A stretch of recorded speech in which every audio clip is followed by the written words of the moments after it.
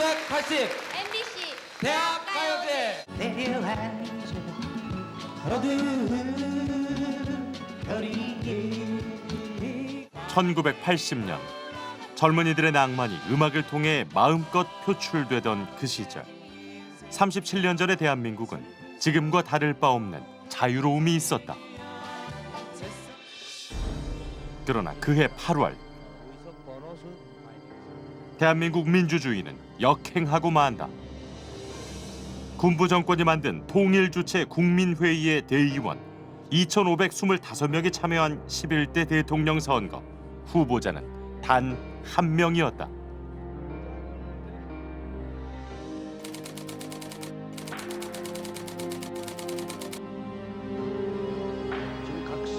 곧바로 진행된 개표. 놀라운 결과가 발표됐다. 총 투표수 2,525표 중 전두환 후보가 2,524표, 무효가 1표, 무효가 1표 당선되었음을 선포한다. 완벽에 가까운 무효표 한 표. 일사불란하게 이루어진 대한민국 대통령 만들기는 그렇게 이루어졌다. 친애하는 국민 여러분, 본인은 오늘 제11대 대통령에 취임하면서 지금 밝힌 국정 운영의 포부와 계획을 성실히 실천할 것을 국민 여러분에게 다짐합니다.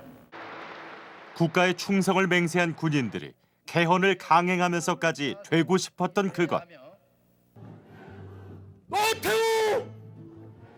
노태우 이 사람 거둘 수 있게끔 여러분들 밀어주십시오. 정치인이라면 누구나 한 번쯤 꿈꿔봤을 그 자리. 대통령으로서의 직책을 성실히 수행할 것을 국민 앞에 엄숙히 선서합니다. 대한민국 70여 년의 역사. 국가와 국민을 위해 살겠다던 11명의 대한민국 대통령들이 있었다. 가까운 시일 안에 여러 가지 경위에 대해서 소상히 말씀을 드리겠고, 또 여러분들께서 질문하고 싶은 것도 그때 하시면 좋겠습니다. 그리고 18대 박근혜 대통령의 탄핵 이후 지난 2달간 공백이었던 그곳의 주인. 대한민국 대통령의 상징 청와대. 그 청와대의 새 주인이 탄생했다. 소식을 지켜보도록 하겠습니다. 오늘부터 저는 국민 모두의 대통령이 되겠습니다. 저를 지지하지 않았던 국민 한 분 한 분도 저의 국민이고 우리의 국민으로 섬기겠습니다. 새 당선인이 당선 소식을 듣고 한 걸음에 달려간 곳. 바로 광화문 광장이었다.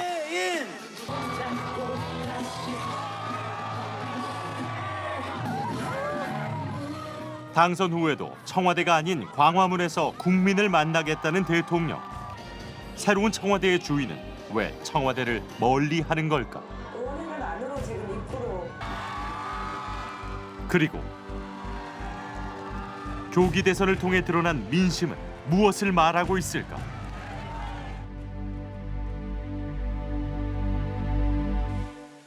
대선을 엿새 앞둔 지난 5월 2일. 유승민 후보가 속한 바른정당 의원 13명이 집단 탈당을 선언했다. 지금은 우리나라의 정치, 경제, 안보가 위급하고 중체대한 때입니다. 이러한 상황에서 보수의 대통합을 요구하는 국민적 여망을 외면할 수 없었습니다. 국민의 염원으로 탈당을 결심했다는 이들의 행보는 넉 달 전 최순실 청문회가 한창이던 지난해 12월의 모습과 닮아 있었다. 근데 사실 그렇잖아요. 지금 우리가 이 당에서, 이 패권적 정당에서 잘 아시잖아요. 우리 정당에서 어떤 일을 할 수가 있겠어요? 그러니까 재창당을 할 수 있겠어요? 인적 청산할 수 있겠어요? 당을 분탕질 시킨다? 이렇게 표현하는 분들하고 같이 할 수는 없는 부분이라고 생각이 듭니다. 국정농단과 탄핵 국면 속에서 친박과 비박으로 나뉜 보수 정당의 분열은 결국 분당에 이르렀다. 시민들의 뜻을 받아들여 당을 개혁하겠다던 31명 중 13명이 다시 복당을 결심한 것이다. 바른정당 창당 넉 달 만의 일이다. 참 힘들고 어렵고 외롭지만 저는 실망하지 않습니다. 이제는 정말 따뜻하고 깨끗하고 정의로운 그런 보수, 개혁 보수가 나타나야 됩니다. 대선 직전 위기에 부딪힌 바른정당. 사태를 지켜본 유권자들의 반응은 의외였다. 바른정당에 대한 후원금과 입당 신청은 10배가량 뛰었고 한 여론조사에서 유승민 후보의 지지율이 2배가량 뛴 것으로 조사됐다. 보수 후보 간의 분열은 헌정사상 초유의 일이었다. 보수의 텃밭 부산에선 두 대선 후보가 각기 출신지임을 강조하며 부산 표심에 공을 들이고 있었다.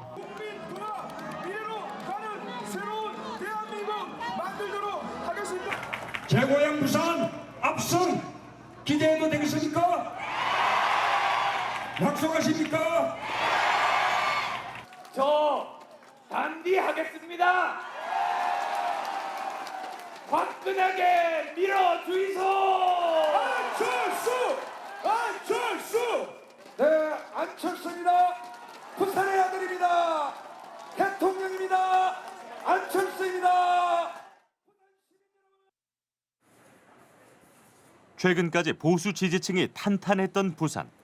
그런데 대선을 앞두고 전과 다른 묘한 분위기가 감돌았다. 아무래도 정치 얘기는 잘 안 해요.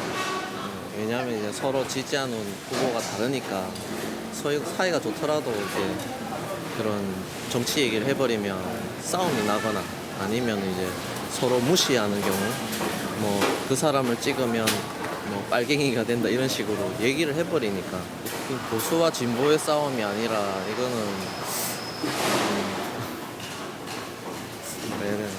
하여튼 선과 악처럼 그런 분위기가 돼버렸어요. 이웃간이 아닌 가족 내에서도 대선 후보에 대한 시선이 엇갈리고 있었다. 자, 문재인 뽑읍시다. 아니면 유승민.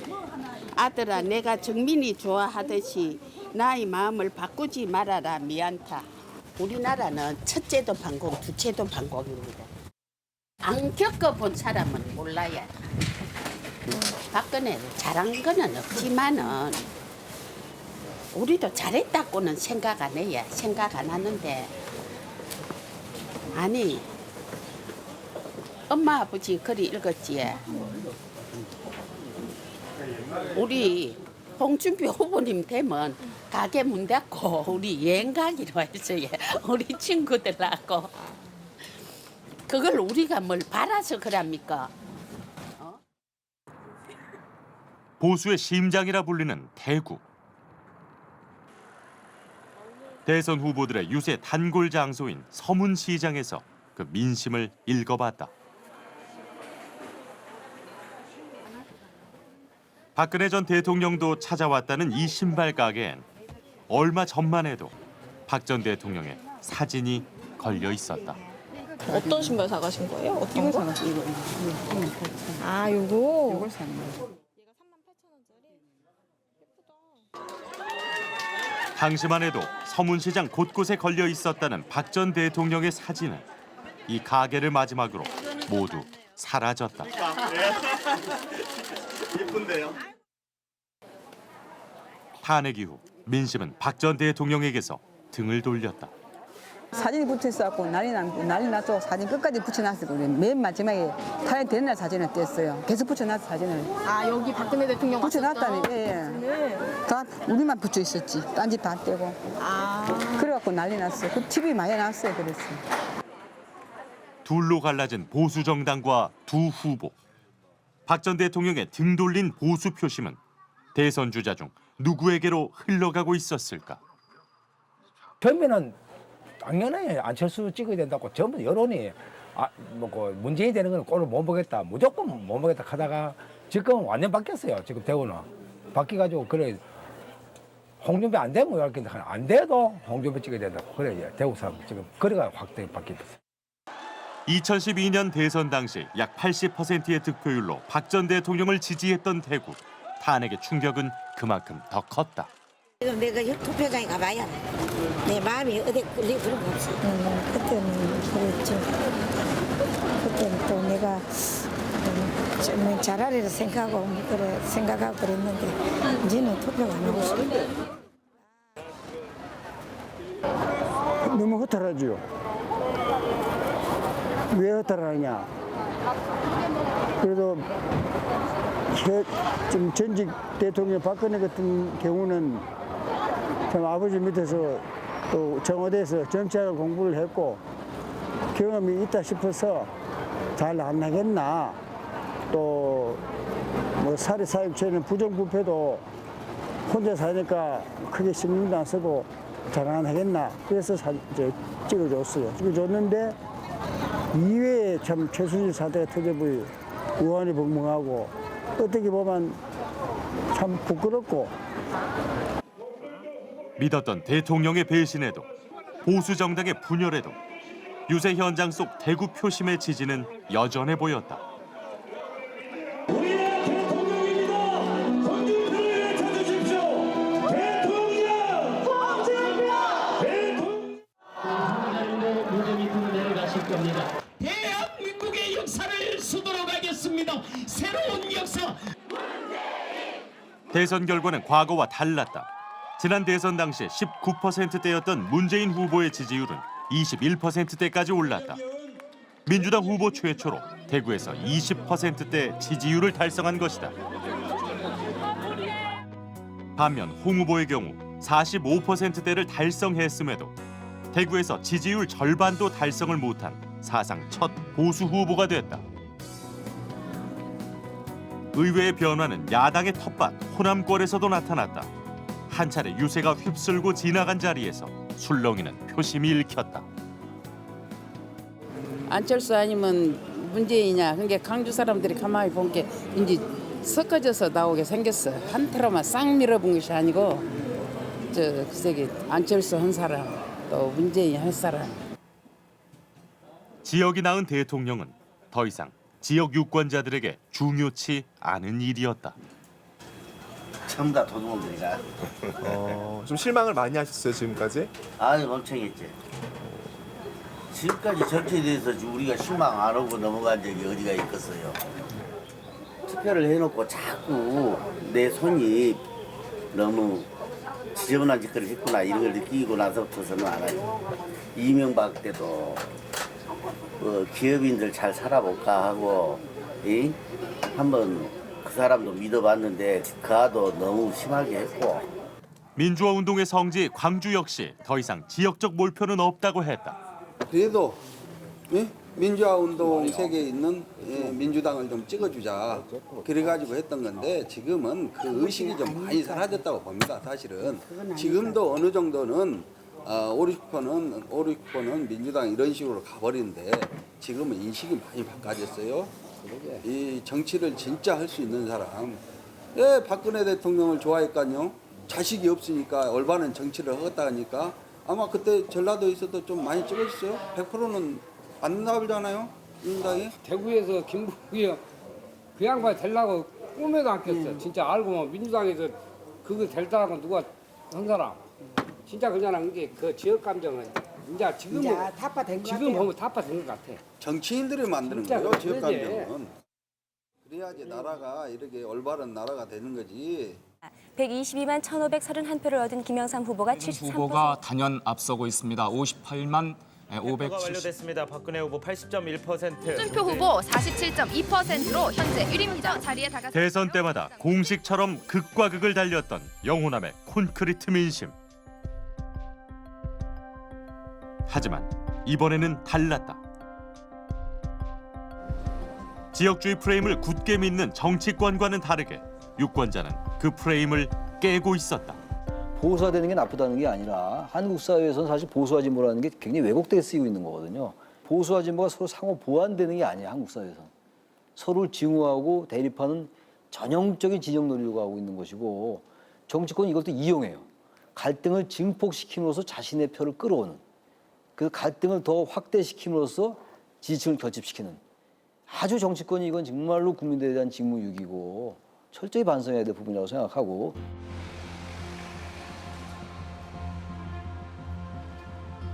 지역주의가 옅어진 자리. 유권자의 세대에 따라 나뉘는 이른바 세대 대결 양상이 두드러지게 나타났다. 저희 가족 어르신들만 봐도 아직까지는 보수 집단들이 많으시고 저도 원래 보수 쪽을 지지하긴 했었는데 저도 진보를 조금 넘어간 이번에 박근혜 탄핵 때문에. 홍준표 후보 같은 경우는 사실 좀 자질이 좀 없는 부분이 보이는 것 같았고 유승민 후보는 굉장히 좀 안정적이다라는 느낌도 많이 받았어요. 근데 심상정 후보도 굉장히 괜찮았다라고 느낌을 받았습니다. 왜 보수에 대해서 그렇게 충성을 하는지 저도 그 이유를 모르겠어요. 왜냐하면 지금 TV 대선 토론이라든지 지금 21세기를 살아가고 있잖아요. 지금 21세기에 너무 맞지 않는 정책 공약과 말도 안 되는 그런 것을 내보내고 있는데 왜 그렇게 무작정 지지를 하는 것인지에 대해서 좀 세대 차이를 많이 느끼죠. 홍준표 팬이니까 안보 대통령 안 되니까 안보 북한하고 잘 타협을 해서 우리 대한민국이 안전하게 국민들이 하고 북한과 잘 교류해서 안전하게 나라를 꾸며가는 대통령을 봐요. 첫째는 국가 안보관이 확실하다는 거죠. 문 후보는 믿을 수가 없다는 겁니다. 저는 그렇게 생각하고 있습니다. 지금 계속 북에서 핵미사일 쌓아 올리고 하니까 이러다가 완전히 나라 통째로 바뀌는 게 아닌가 싶기도 하고. 20대부터 40대의 경우 진보와 중도를, 60대 이상의 경우 보수를 지지하는 경향이 강했다. 그런데 캐스팅 보터로 꼽히는 50대의 분위기가 심상치 않았다. 12월 9일 날 국회가 탄핵소추안을 가결해야 된다라고 하는 지지 여론에서 당시 60대 유권자들은 이제 50% 미만으로 떨어졌다가 50% 수준으로 돌아왔다가 이제 굉장히 유동을 합니다. 근데 굉장히 안정적으로 50대 유권자들이 탄핵 지지 여론을 한 75% 수준을 유지를 하거든요. 그래서 그때 당시 현상을 지켜보는 많은 이제 연구자들이 흥미로워했었어요. 그리고 이게 대선 국면에서 움직일 것인가 말 것인가 또 굉장히 눈여겨봤는데 전문가들조차 갈피를 잡지 못하던 50대의 선택은 어디로 향했을까?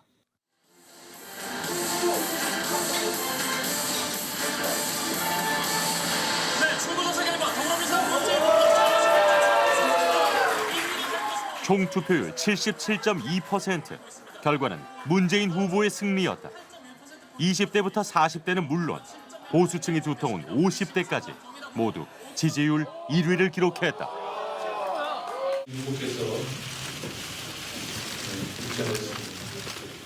패배를 인정합니다. 삼생의 정치를 펴주실 것을 기대합니다. 전합니다. 지난 18대 대선 당시 50대는 박근혜 후보의 손을 들어주었다.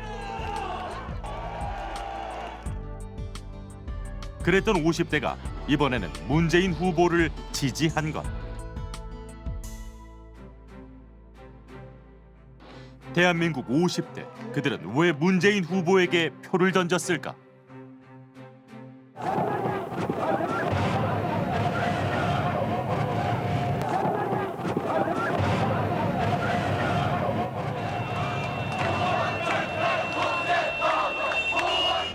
30년 전 광화문의 촛불처럼 시민들이 한 목소리로 거리로 나선 때가 있었다.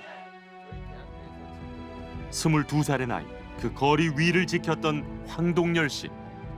이젠 50대의 나이로 촛불 집회에 참여했다는 그는 6월 민주항쟁 참여자다. 이제 3시는 이제 1,500이야. 우리 암호로는. 그 얘기를 듣고 전부 다 이제 나가가지고 그 근처에서 뭐 책 보는 척, 버스 기다리는 척, 데이트하는 척, 뭐 그러면서 막 기다리고 있다가 그 정확하게 이제 3시가 되면 누군가가 거기 나가가지고 하고야 하고 이제 크게 소리를 외친다. 그러면 그 순간에 그냥 도로로 확 몰려 들어가는 거야. 그럼 몇백 명이 순식간에 도로로 몰려 들어가니까 이제 교통이 마비가 되겠죠. 그러면서 도로를 점거해 버리는 거야. 그리고 나면 순식간에 경찰들이 뜨죠. 백골단이라고 흰색 그 모자 쓴 그 백골단이 와가지고 학생들을 막 틀어놓고 거기서 이제 주동학생들을 막 진압을 해서 강제로 연행을 해가요. 그리고 난 상태도 대열이 흩어지지 않으면 그때 이제 최루탄이 와가지고 마구 쏴대고 뭐 그런 식으로 했었어요. 1987년은 대한민국 민주주의의 암흑기였다. 이제 본인은 임기 중 개헌이 불가능하다고 판단하고 대통령 직선제를 약속했던 전두환 대통령의 호헌 조치에 대학생을 중심으로 민주화를 향한 시위가 계속되던 시절이었다.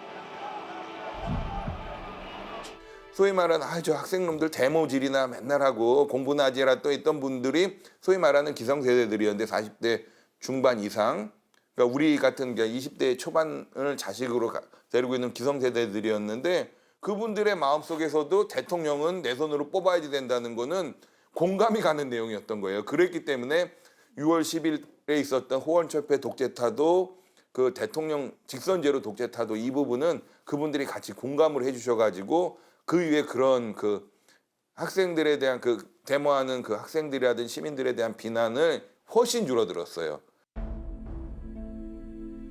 87년 여름 남영동 대공분실에서 고문을 받다 죽은 21살 박종철 학생의 죽음에 이어 경찰이 쏜 최루탄에 맞아 사망한 20살 이한열 학생의 죽음은 전 국민을 충격과 분노에 빠뜨렸다.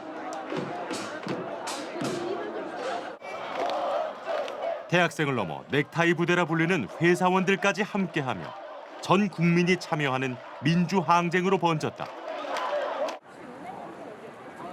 호헌철폐, 독재타도, 당시의 구호는 민주주의를 향한 국민들의 갈망이자 염원이었다.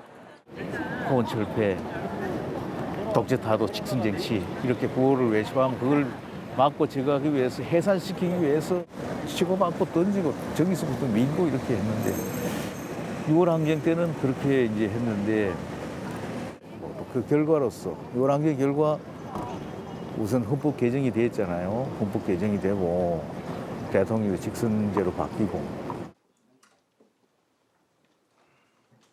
대통령 직선제 개헌을 하고 새 헌법에 의한 대통령 선거를 통해서 88년 2월 평화적인 정부양을 실현하도록 해야 하겠습니다. 1987년 결국 국민의 손으로 대통령을 선출했다. 문제는 그 다음이었다. 민주화를 얻었으나 삶이 너무 고단했다. 80년에서 87년 이 시기에 이분들이 20대를 보내요. 근데 이제 87년에 민주화를 하고 나서 엄청나게 대한민국이 바뀔 거라고 기대를 했는데 실제로는 뭐 그렇게 많이 바뀐 건 아니죠. 근데 어쨌든 간에 기대가 굉장히 컸기 때문에 실망도 많이 했던 세대고요. 그 다음에 이제 87년에 민주화를 하자마자 97년에 IMF가 옵니다. 그러면서 이분들이 이제 경험적으로 확인하게 되는 게 아, 민주주의가 밥 안 먹여주는구나. 민주주의를 해도 내 밥그릇이 뺏기는구나. 1997년 11월 22일 전국 TV 라디오에선 대통령의 담화문이 발표된다. 대통령으로서 국민 여러분에게 참으로 송구스러울 뿐입니다. 세계 11위 경제 대국이었던 대한민국에 찾아온 외환 위기. 민주화를 쟁취한 지 딱 10년 만의 일이었다.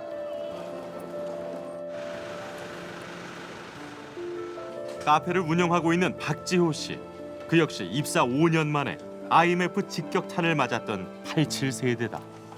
이제 큰애가 이제 첫 돌진하고 막 그런 상황이었는데 막상 그 마지막 날 그만두고 나오는데 너무 허탈하더라고요. 그리고 그때는 그냥 입사하면 정년까지 간다는 생각을 했었어요. 그러니까 IMF 전까지는. 예. 이렇게 회사에서 힘없이 쫓겨나는 경우도 있구나. 대항 한번 못하고 그냥 나가라니까 나갈 수밖에 없는. 기업들이 너나 할 것 없이 감량 경영을 선언하고 나섰기 때문입니다. 한라와 삼성 등 대기업들의 잇따른 조직 감축 선언. 참으면 온다던 볕들 날은 쉬 오지 않았다. IMF는 수많은 실직자를 양산했다. 국난 극복의 새 도약의 새로운 시대를 여러분 같이 열어갑시다. 다음에 IMF라는 국난 극복의 과제 앞에 국민들은 김대중 대통령을 선택했다. 제가 그 김대중 대통령하고 이해창 후보가 나왔던 김대중 대통령을 찍었어요. 근데 제가 IMF 겪고 그다음 직장 생활을 하다 보니까는 좀 서민의 입장에서 생각해주는 사람들, 그리고 이제 그 사실 우리나라가 사회복지가 많이 안 돼 있지 않습니까? 부족하고 많이. 그러다 보니까는 그런 부분을 좀 잘 해줄 수 있는. 당시 금융업계에 몸담았던 김국진 씨의 회사도 구조조정을 진행했다. IMF 극복을 위해 김대중 정부는 강력한 구조조정을 실시한 것이다.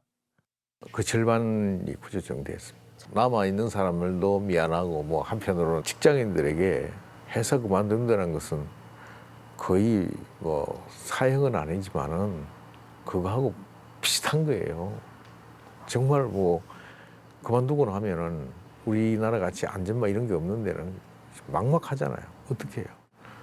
소위 말하는 비정규직으로 비정규직 되어서 이제 일하고 하는 거죠. 그러니까 정치적으로 성숙하면 이게 모든 문제가 해결될 줄 알았는데 정치와 경제가 분리되기 시작하는 거예요. 그러면서 같이 끈끈하게 같이 그 일을 하던 사람들, 그러고 으쌰으쌰 우리 하면 돼라는 그런 분위기로 이끌어왔던 사람들이 어느 순간에 잘려나가는 거예요. 옆에. 그러니까 제가 안 나갔으면 내가 나가는 거예요. 무너진 경제에 대한 책임은 국가가 아닌 국민이 떠안았다. 지금껏 앞만 보고 달려온 국민들에게 돌아온 것은 막막한 생계뿐이었다. 그 와중에도 나라의 위기 앞에 국민들은 외채를 갚고자 자발적으로 금 모으기 운동을 전개했다. 실제로 97년 그 사태를 당한 거는요. 서민이 낭비해서도 아니고 노동자가 일을 하지 않아서도 아니에요. 늘 근면했고 열심히 일했어요. 그 변화에 대해서 준비하고 판단하고 대처하지 못한 상부에서 잘못한 거거든요. 근데 일단 그 몫은 누가 책임졌냐면 하부에서 다 떠안았어요. 딱 그 타이밍에 졸업해버린 거예요. 그러니까 위는 안 바뀌고 그 체제가 그대로 가는 거예요. 그렇게 IMF 시절을 졸업한 국민들의 다음 선택은 서민을 위하고 대변해왔던 노무현 대통령이었다. 한나라당 박기태 대표 권한 대행 등 여야 의원, 고이즈미 주니코 일본 총리. 기대가 컸던 만큼 실망도 컸다. 회복되는 거는 못 느꼈고요. 어쨌든 내가 빚을 지면은 빨리 갚을 수 있다는 게 중요한 거지 나아지진 않거든요. 뭐 IMF 때는 뭐 IMF 때보다 그리고 너무 왔는데 지금은 그때보다 더 뭐 나뿐만 아니라 여기 있는 사람들 다 이제 장사하는 분야 사업하는 만나서 이렇게 술 마는데 뭐 그 얘기 보면은 정말 심각한 얘기 많이 하거든요. 민주화됐는 게 뭡니까? 사람만 그냥 말로만 민주화됐지. 돈하고 이런 거는 민주화 안 되는 거죠. 있는 사람 더 잘 살도록 됐다니까요. 원래 지금도 저기 장사하는 사람들은 그럽니다. 그 박통 전통할 때 다들 장사 잘 됐다고.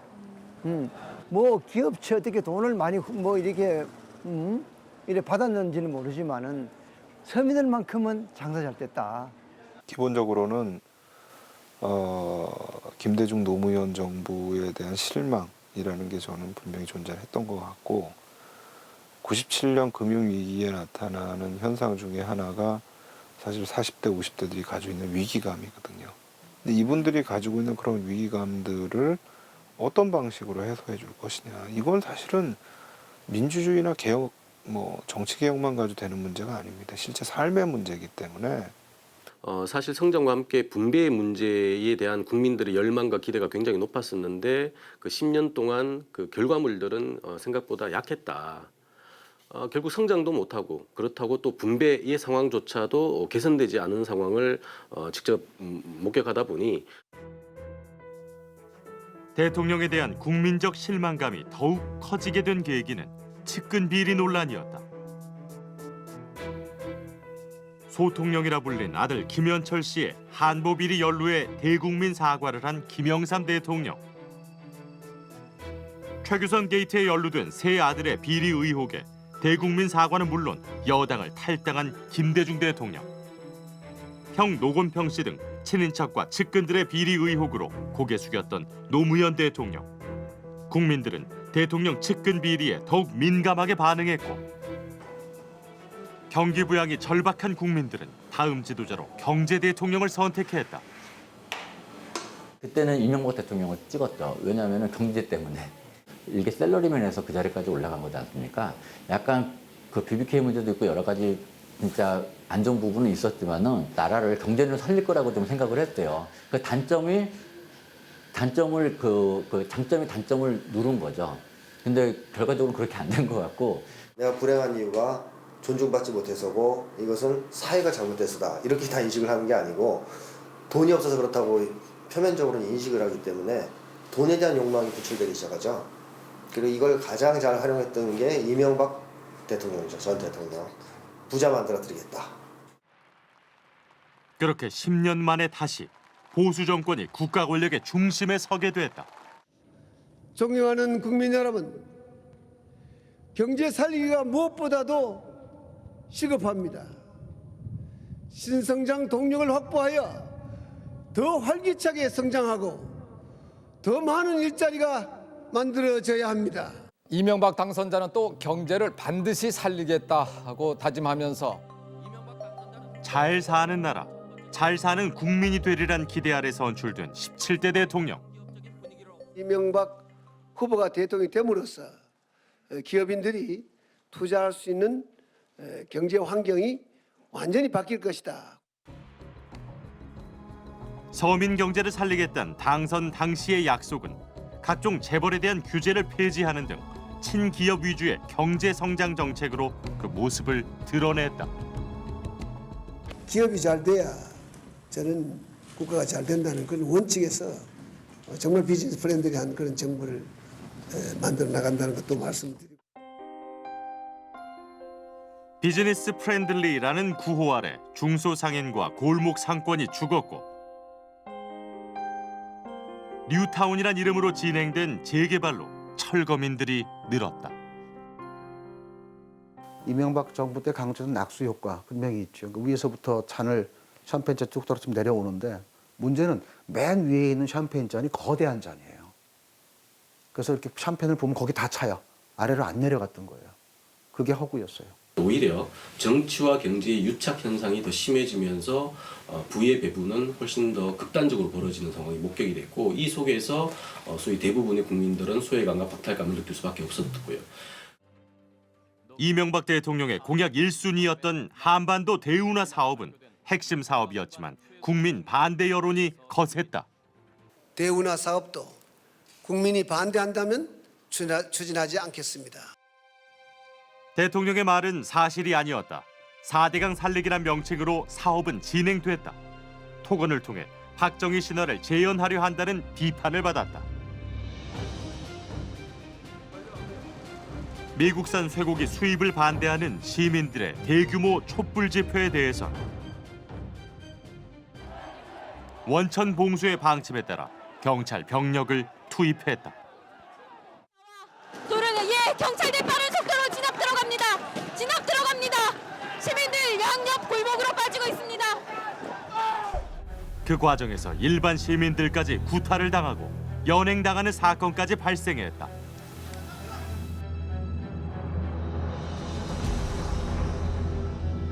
약자가 희생되는 시대였다.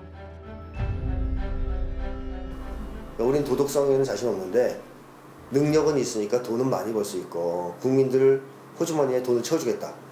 근데 이제 막상 되고 나니까 국민들이 이제 배운 게 도덕성이 없으면 능력도 없구나. 혹은 도덕성 없는 사람이 능력이 있어봤자 그 능력을 국민을 위해서 쓰지 않는구나.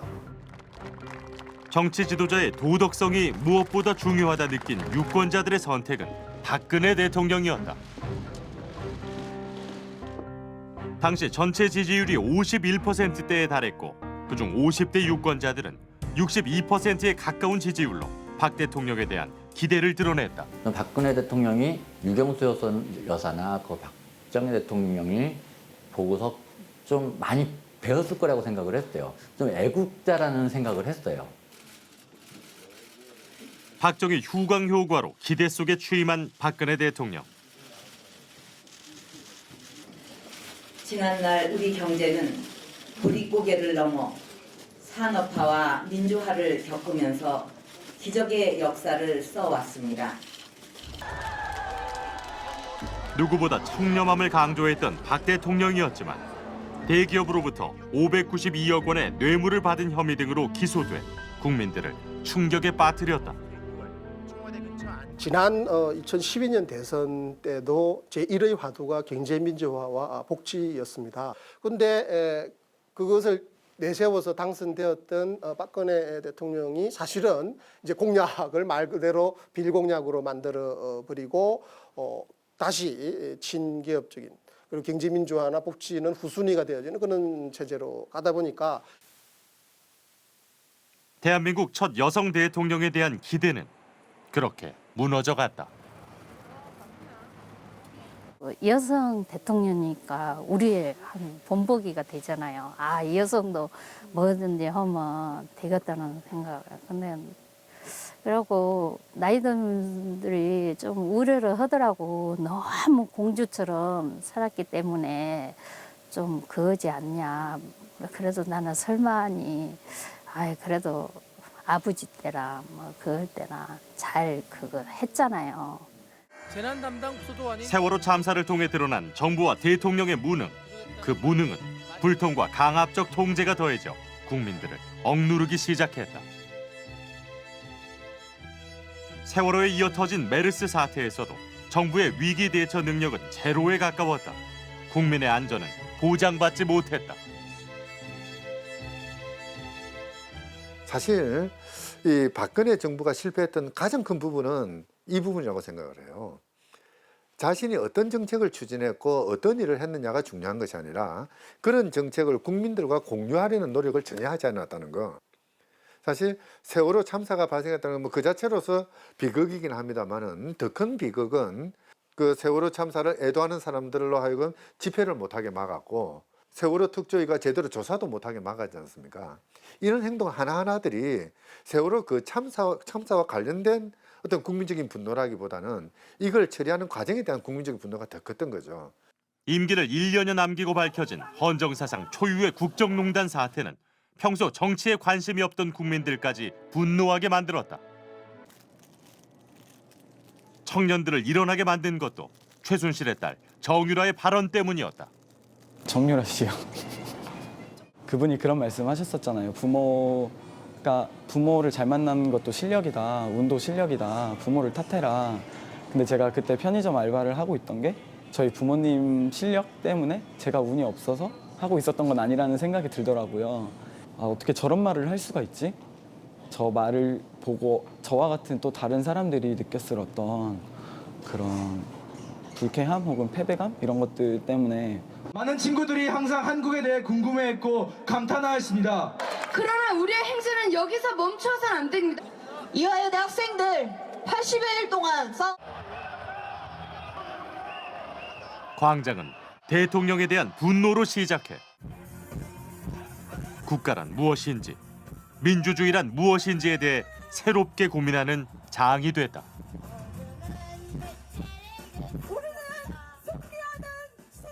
예전에는 독재 타도라고 하는 게 구호였다고 하면 30년 후의 민주주의, 그러니까 우리가 작년부터 올해까지 겪게 되는 이 30년 후의 민주주의는 나라를 나라답게, 민주주의를 민주주의답게였어요.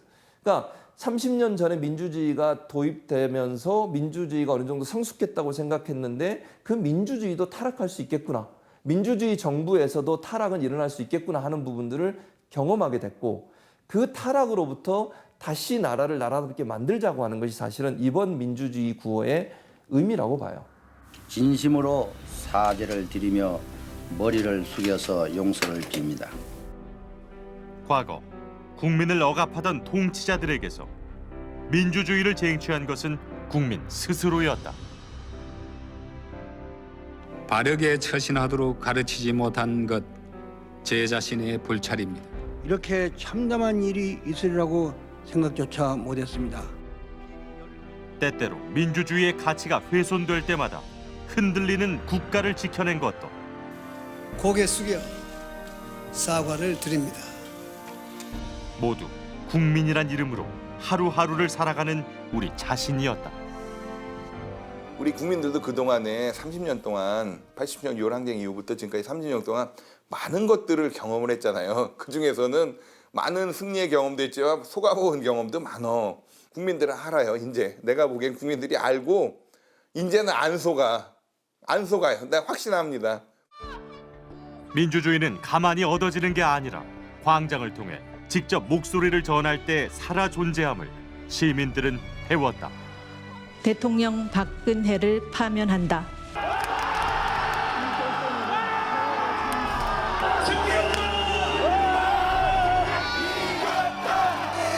됐다. 이거야말로 진정한 승리다라고 나 그 느낌이 확 왔어요. 2017년 대한민국은 대통령 탄핵과 조기 대선이란 중대한 고비를 무사히 넘겼다. 광화문 대통령이 되겠다는 포부를 밝혔던 19대 대통령 문재인. 과연 그는 어떠한 대통령으로 시민들에게 대한민국의 역사에 남을 것인가? 불행한 대통령의 역사가 계속되고 있습니다. 이번 선거를 계기로 이 불행한 역사는 종식되어야 합니다. 이 헌법이 당신들의 것이 아니라 우리의 것이다. 그리고 우리가 당신들에게 명령을 하는 또는 권력을 위임하는 근거법이다. 새 정부가 해야 될 가장 큰 일은 촛불 집회의 경험을 통해서 자의식을 획득하게 된 정치적인 참여 의지를 가지게 된 이 시민들의 의사들을 어떻게 반영할 것인가. 최고 권력의 상징에서 불통과 밀실 정치의 표본이 된 청와대. 민주화 30년. 과거 대통령들의 불행한 역사를 넘어 새로운 시대가 다가오고 있다.